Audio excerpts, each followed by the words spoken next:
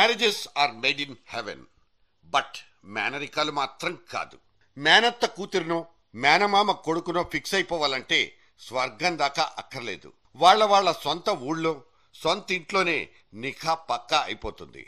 కాకపోతే ఇలా ఈజీగా సెట్ అయిపోయే మేనరిక పెళ్లిళ్ళు ఎంతవరకు సేఫ్? ఆ తర్వాత ఎదురయ్యే అనర్థాలేంటన్నదే ఇక్కడ ప్రశ్న. ముద్దు మురిపాల మాటేమో గాని మేనరికాలు ముప్పుకే దారితీస్తాయన్న క్లారిటీ మాత్రం మన దగ్గర బోలెడంతుంది. కాకపోతే మేనరికాలనబడే మ్యాచ్ ఫిక్సింగుల్ని మన మాధ్యమాలే పెంచి పోషిస్తున్నాయా? ఇదే ఇవాల్టి జర్నలిస్ట్ డైరీ సంధిస్తున్న సూట్.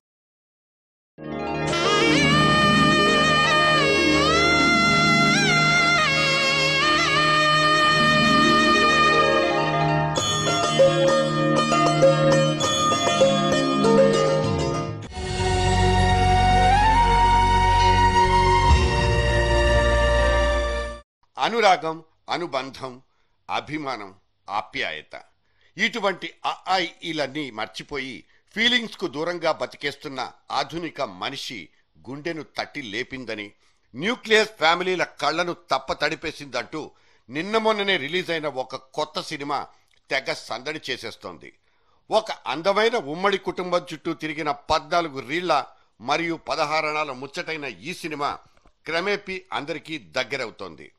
మాకు మాత్రం ఇందులో ఒక స్పష్టమైన వెలితి కనిపిస్తోంది. మేఘాల్లో సన్నాయి రాగం మోగింది, మేళాలు తాళాలు వినరండి, సిరికి శ్రీహరికి కళ్యాణం కానుంది, శ్రీరస్తు శుభమస్తు అనరండి. అచ్చు తెలుగింటో పెళ్లికి అర్థం చెప్పారంటూ, మెచ్చదగు ముచ్చట ఇది అని సాక్ష్యం చెబుతామంటూ, జనులంతా జై కొట్టేలా జరిపిస్తామండి. ఇద్దరు హీరోలు, ఇద్దరు హీరోయిన్లు, చివరాఖర్లో ఆ 3 ముళ్ళు బిగించుకునేసరికి తెర మీద చప్పున శుభం కార్డు పడిపోయింది. కానీ అక్కడ జరిగిన ఆ 2 పెళ్లిళ్ళు అచ్చమైన మేనరికాలేనన్న సంగతిని ఎవరైనా గుర్తించారా? అలా అయిన వాళ్లను పెళ్లాడ్డం అనేది దాదాపు అనాగరికం అంటూ ఇప్పటికే వైద్యపరంగా స్పష్టమైపోయింది. మరి జనంలో ఈ అవగాహన పెంపొందించాల్సిన మాధ్యమాలే ఇలా అమాయకత్వాన్ని నటించడం ఎందుకు? మనసా వాచ ఆ బాధ్యత మొయ్యాల్సిన సినిమా లాంటి మాస్ మీడియాలే ఇలా మేనరికాల్ని ప్రమోట్ చేసేయడం ఎంతవరకు కరెక్ట్? అతయ్య నాకు చెప్పు, ఇప్పుడు నేను పెద్దోడిని పెళ్లి చేసుకుంటే నన్ను చిన్నప్పటి నుంచి పెంచావు కాబట్టి అమ్మలాగా చూసుకుంటావా, లేకపోతే నేను సడన్ గా నువ్వు అత్త ఇంకోళ్ళని బిల్డప్ ఇచ్చేస్తావా? చెప్పు. మనతో బాటే మన కళ్ల ముందే పెరిగిన మనవాడి చేతుల్లో పెడితేనే కూతురి బతుక్కి భరోసా దొరుకుతుందన్న ఒకనొక సింపుల్ సెంటిమెంట్ మీద నడిచిపోయేవే ఈ మేనరికాలు. సరే, రోజులు బాలేవు, పరిచయం లేని వాళ్లను పూర్తిగా నమ్ముకోలేనంతగా ఇవాళ సామాజిక పరిస్థితులు మారిపోయి ఉండొచ్చు. కానీ ఇలా దగ్గరుండి కుదుర్చుకున్న మేనరికాల్లో కుదుటగా కాపురాలు చేసుకునే కపుల్స్ దామాషా కూడా గొప్పగా లేదన్నది ఇంకో సంగతి. విశాఖ నడిబొడ్డున గాజువాక సెంటర్లో పట్టపగలే జరిగిన నిన్న మొన్నటి దారుణాన్ని ఇక్కడ ప్రస్తావించుకునే తీరాలి. పెళ్లికి ఒప్పుకోలేదన్న కోపంలో మేనగోడల్ని గొడ్డలితో నరికేసిన ఈ కిరాతక మామయ్య మేనరికాల్లో గ్యారంటీ తక్కువేనని చెప్పడానికి ఒక గ్రేటెస్ట్ ఎగ్జాంపుల్. మేనకోడల్ని నరికేసి పెళ్లికి ముందే నరకం చూపించిన వీడిని కాసేపు మర్చిపోదాం. పెళ్లి తర్వాత ఈ మేనరికాలు పంచిపెట్టే పుట్టడంత దుఃఖాల సంగతి సైతం ఇవాళ మరుగున పడిపోతోందా? మేనరికం వల్ల పుట్టే పిల్లల్లో జన్యుపరమైన లోపాలుండేందుకు అవకాశాలు ఎక్కువ. వాళ్ళ పిల్లల్ని మాత్రమే కాదు, వాళ్ళ తర్వాతి తరాల్ని కూడా ఈ శాపం వెంటాడే ఛాన్సు లేకపోలేదు. సైంటిఫిక్ గా ఈ మేరకు 4 దశాబ్దాల కిందటే క్లారిటీ వచ్చేసింది.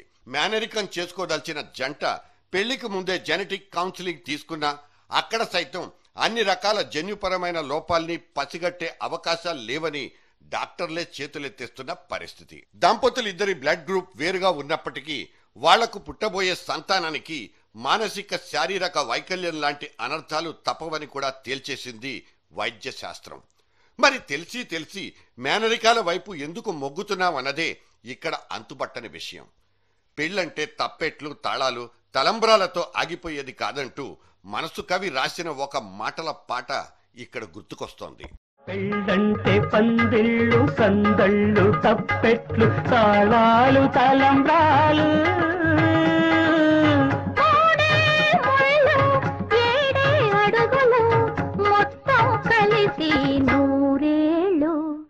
సంస్కృతి సాంప్రదాయాలకు పెద్దపీటలేసుకునే మన దేశంలో మతం ఏదైనా కులం ఏదైనా పెళ్లిళ్ల చుట్టూ డజన్ల కొద్దీ నమ్మకాల ముళ్ళు, విశ్వాసాల అడ్డుగోడలు.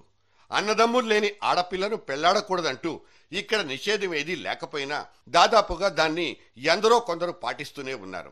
బతగ్గోరే బామ్మర్దులుండాలని కోరుకుంటే అందులో తప్పేమీ లేకపోవచ్చు. కానీ పెళ్లి కొడుకులంతా ఇదే దారిన పడితే తోడబుట్టిన వాడంటూ లేలేని అమ్మాయిలంతా అనాథలుగానే మిగిలిపోయే ప్రమాదం లేదా?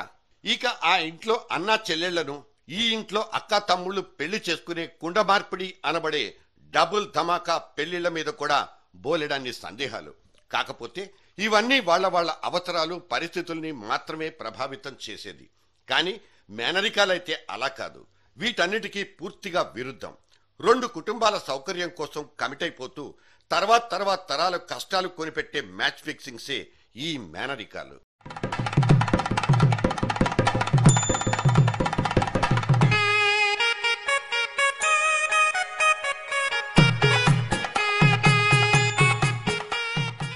లక్ష మందికి మంచి దారి చూపించాల్సిన సెలబ్రిటీ పర్సనాలిటీలు సైతం ఇక్కడ నైతిక బాధ్యతను పక్కకు పెట్టి పల్టీలు కొట్టేయడం అనేది ఒక నికార్సైన బాధ్యతా రాహిత్యమే.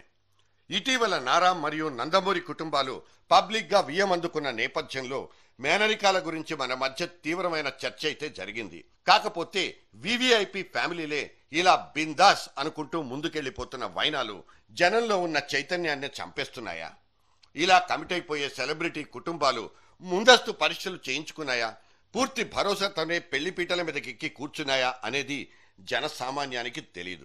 పెద్దవాళ్లను ఆదర్శంగా తీసుకోవడం వరకే వీళ్లు పరిమితం.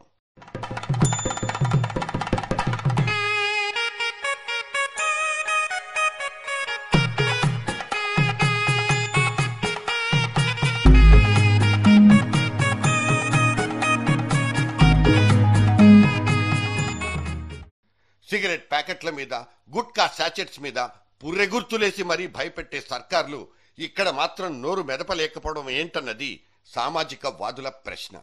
కనీసం ఏడాదికోమారు పోలియో చుక్కల పేరుతో కోట్ల కొద్దీ ఖర్చు చేస్తున్న ప్రభుత్వాల దగ్గరైనా మేనరికాల నివారణ కంటూ ఒక ప్రణాళిక ఏదీ లేకపోవడం దారుణం. దేశంలో ఒక్క పోలియో కేసు కొత్తగా నమోదైనా హాహాకారాలు పెట్టేసే కేంద్ర ఆరోగ్య శాఖ మేనరికాల వల్ల పుట్టుకొచ్చే అనర్థాల మీద కూడా దృష్టి పెట్టే తీరాలి. మేనరిక పెళ్లిళ్లు అసంబద్ధమనడానికి బలమైన శాస్త్రీయ కారణం ఉంది. అయినా సరే వాటి మీద నిషేధం కాకపోయినా కనీస నియంత్రణైనా లేకపోవడం మన దురదృష్టం. ఇదేవి నీతులు వల్లించే కార్యక్రమం కాకపోయినా జర్నలిస్ట్ డైరీ ఒక మనసైన విన్నపం చేయడానికైతే ఎప్పుడూ వెనక్కి తగ్గబోదు. తెలిసి అమ్మా నాన్నలు చేసిన తప్పుకు పసిపాపలు మూల్యం చెల్లించుకోవాల్సిన అగత్యానికి ఫుల్ స్టాప్ పడిపోవాలి. మనుషుల్లో మార్పు తెచ్చే అవకాశం ఉన్న మాధ్యమాలైనా ఇక్కడ మేల్కొనే తీరాలి. కోట్ల కొద్దీ కుటుంబాల్ని టచ్ చేస్తున్న సినిమా కూడా ఇలా సామాజిక స్పృహ కోల్పోకుండా మెలకువతో ఉండాలి. కథల్లో ఆసక్తికరమైన మెలికల కోసం, మెరికల్స్ కోసం ఇలా మేనరికాల్ని వాడుకుంటూ వరసల్ని కలిపేయడం మాత్రం మానుకోండి. సీతమ్మ వాకిట్లో ముళ్ళు పరవకండి, మల్లెలు పూయించండి.